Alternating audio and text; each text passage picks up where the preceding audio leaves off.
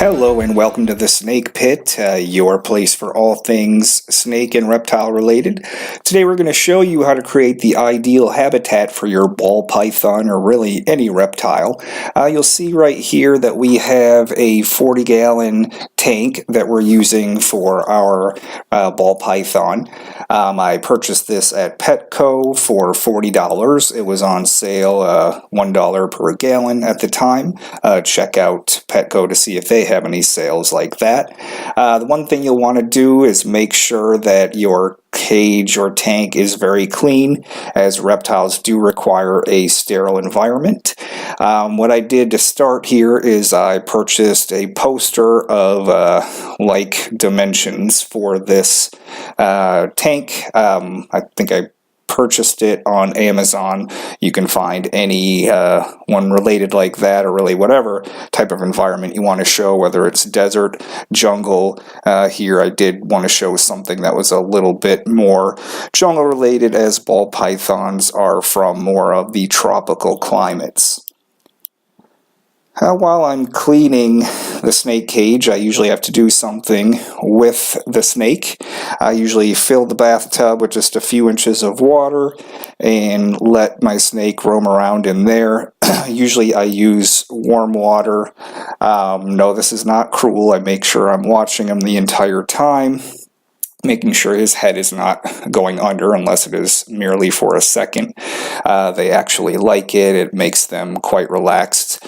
Plus, if they've urinated or anything in the recent past and, did their slithering around it, it's good to get some of that crud off of them, keeping them clean, making them relaxed. And again, oftentimes they actually do like to soak in this. So again, as you see me putting him in here, this is not anything cruel. For any of you people at PETA, don't go reporting me, as there's nothing wrong with this. We use the shower and bathtub, and so do they. As far as what I use within the tank, actually I use Repti bark as the base for the bottom. You could use other things. I used to use newspaper when I was cheap and poor, but Repti bark, it's 100% pure fir bark. There are types of bark out there that are not good for pets. This you can get at Petco as well. At the time, I believe I got it for 2 for 1 on sale, which is good because they can be about $30 for a large bag like this. Here you see that I put a snake just on the ground to roam around. His name is Izzy. Actually, he's about 4.5 feet long. He's actually 23 years old. He'll be 24 years old this upcoming July. So I'm going to go back to the tank here.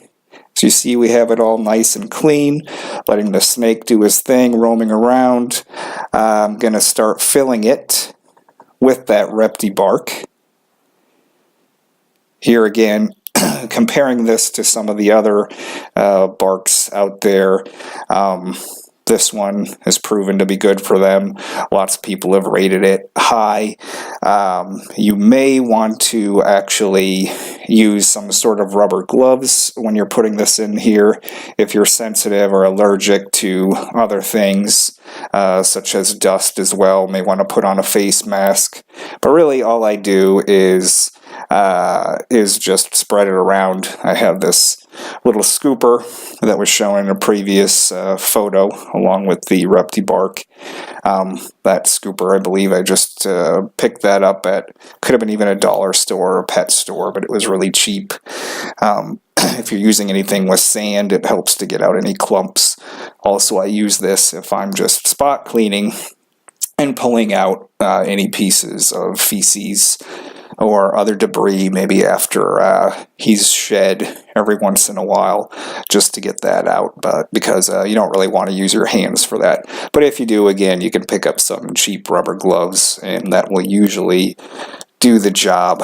But put in about a half bag for a 40-gallon tank. That pretty much does it. From there, I go ahead and I start adding the elements to the cage or the tank. There's its water bowl. I use a stone one. Also make sure that we use a covering, some sort of cave that the snake can go in. They do like to have that, especially if you have a light, which I will show later.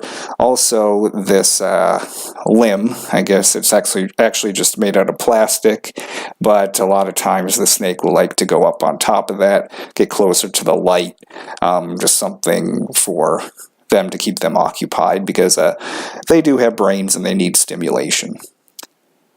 So you'll see here is the tank with the light on it. Again, the light is right over that limb, so it's something that the snake can crawl up on.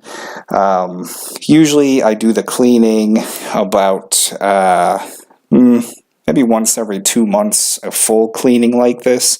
Otherwise, really, it is just spot cleaning to make sure that we are getting any sort of feces or urine out of there, like really any area you want to keep that stuff out of there. The light, you can use a reptile light. That's what I'd recommend, as it gives a full spectrum of rays, so it keeps your snake healthy and gives him everything that he needs from that standpoint. As far as water, make sure you're giving them plenty of fresh water. You'll actually see them from time to time going in there taking a sip. When you're doing your cleaning as well, use some sort of cleaner, non-toxic to the snake. And here we have Izzy and the snake. Again, he's going to be 24. When I did get him back in 1994, he was about the size of a pencil when I got him. I believe I got him in November of 1994. Just some things about him. I've lost him once. When I let him roam around, I forgot about him.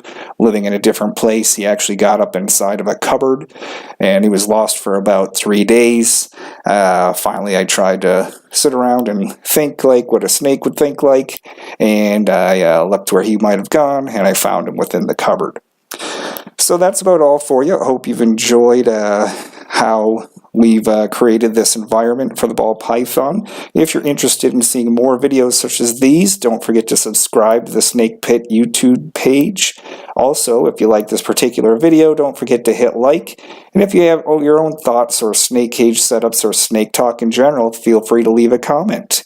So until then, we hope you have a great day, and we'll see you with the next video.